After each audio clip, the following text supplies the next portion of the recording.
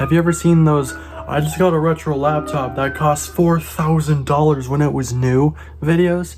Well, I've always wanted one of those laptops. The reason why I wanted one of those laptops is obviously because of historical significance. You'd be getting something that was good back in its day and you'd be using it for its intended purpose, which will be quite interesting to play around with. And they usually have a Pentium 4 in them. So one day I saw a laptop in Value Village that actually had a Pentium 4 in it, and I bought it. Alright, it's been so long since I've gotten anything from Value Village, but today I finally got something. Haha, look at this. This is a laptop. Not just any laptop. This is a Pentium 4 laptop. How cool is that? Let's wash the laptop. Now, while a certain tech YouTuber would use something like eucalyptus oil, for example, I don't use eucalyptus oil. I use water. This red cloth is probably ruined because of this, but it was already ruined before I did this. So why did I get a Pentium 4 laptop? Well, they used to cost thousands when they were new. I don't even know if this was worth a lot. I bought the freaking Dell Inspiron 1501. It was kind of a mid-range laptop. But this has a Pentium 4. Alright, now that I cleaned it, let's test it. First off, let's try and find a charger for it. Let's see if it works on the 1105. Fits. It's got a light in the front. Oh my god. Did this work? Hard drive not found? That's fine, I got spares. F2, let's see what this thing has. Look at the BIOS colors. That looks interesting. Seems to be good. Actually, yeah, you can see here it has a 2.8 gigahertz Pentium 4. That seems to be the most common Pentium 4 speed that these laptops usually have, is 2.8 gigahertz. The 2.8 gigahertz is literally one rung below the 3 gigahertz. Oh yeah, look at that. It's got some RAM. How much? Got a gig of RAM. But let's try to find that hard disk. You can see it's just a regular old-fashioned IDE hard drive thing. And the problem with this hard drive is it's a little bit bent like this. So that could be a problem. And then I can hopefully just... I'm going to take the hard drive out of my compact material.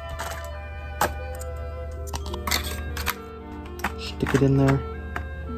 There we go. Let's hope that it boots to Windows XP. It's not loading Windows XP. The thing with the display is you can kind of tell if they're broken, like when they're off. It has a 135 nanometer CPU in it. 135. Put that into context. 45 is considered obsolete. So this is 135, and they're now down to like 1.4. I might have to reinstall Windows.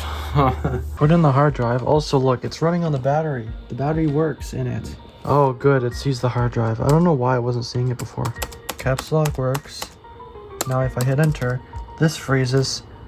Caps lock no longer works. What do I do with this thing, man? It doesn't want to work. Look how thick this freaking screen is. Look at it. God, it's so thick. Oh my god, Windows XP, please. Please show me something, please. Please. Windows setup. Alright, now, the moment of truth. I can remove the USB. What? I guess I gotta leave it plugged in then. Let's see. Wow, Windows XP! The reason why it's so thick is because back then there used to be these laptops that were known as desktop replacements. And this laptop was actually considered a desktop replacement at the time because of its desktop class processor. Now let's just get the first thing out of the way first. This laptop did not cost $4,000 when it was new. It was closer to $1,000 when it was new. Yeah. This thing is a complete lemon. I genuinely thought that this would have been a $4,000 computer when it was new. Maybe I just didn't watch enough of those videos, because those computers usually have secondary mouse buttons and like a mouse thing in the middle. This does not have that, and also this has a lower resolution display. This only has Intel Extreme graphics too. Extreme! What? There ain't nothing extreme about these graphics. Even though these were considered desktop replacements when they were new, this laptop is not replacing a gaming desktop. It may or may not be able to replace a Dell Dementia from 2002. Alright, so this is a Windows XP laptop, and most Windows XP laptops don't have screens that are this freaking bright. Look at how bright that is. That is so extremely bright. This screen looks amazing. Even though it's only 1024 by 768, it looks so perfect. Burning my eyes right now. I also got a few Half-Life games. These ones don't work. See, that's all it does. Alright, let's find out how Classic Cube runs on this. Dang. That's actually not bad. But now let's do some video editing experiments. How fast is this laptop really? Alright, so we're on the Dell Inspiron 1150 and let's once and for all find out how fast this thing is. So as you can see right here, I have 6 test videos ranging from 360p to 1440p, and I have all 6 of them in Sony Vegas Pro 10. Now for some reason, one of the thumbnails look a little bit weird. That's not the 1440p one, that's the 480p one for some reason. I have no idea. And you can see that it's set to draft quarter, and it's actually running not that bad. During that time, the speakers are so bad on this thing. So let's see how fast I can do this already.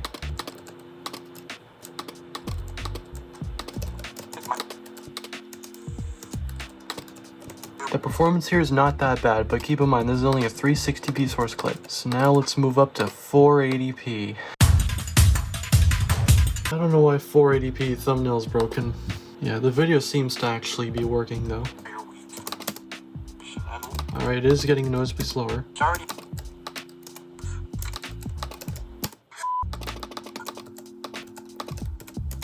I'm hitting E and F and sometimes it's not working.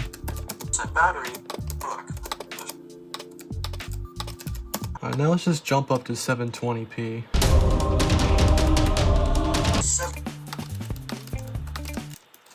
What? Oh, I'm actually shocked. In preview half, this is a 720p source clip. This performance seems to be pretty alright.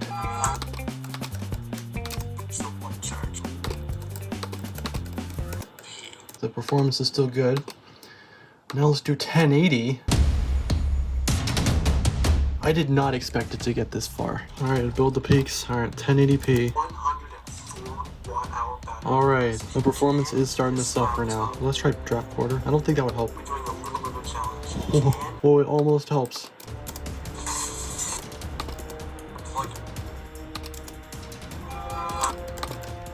It's still doable. Wow. Freaking 1080?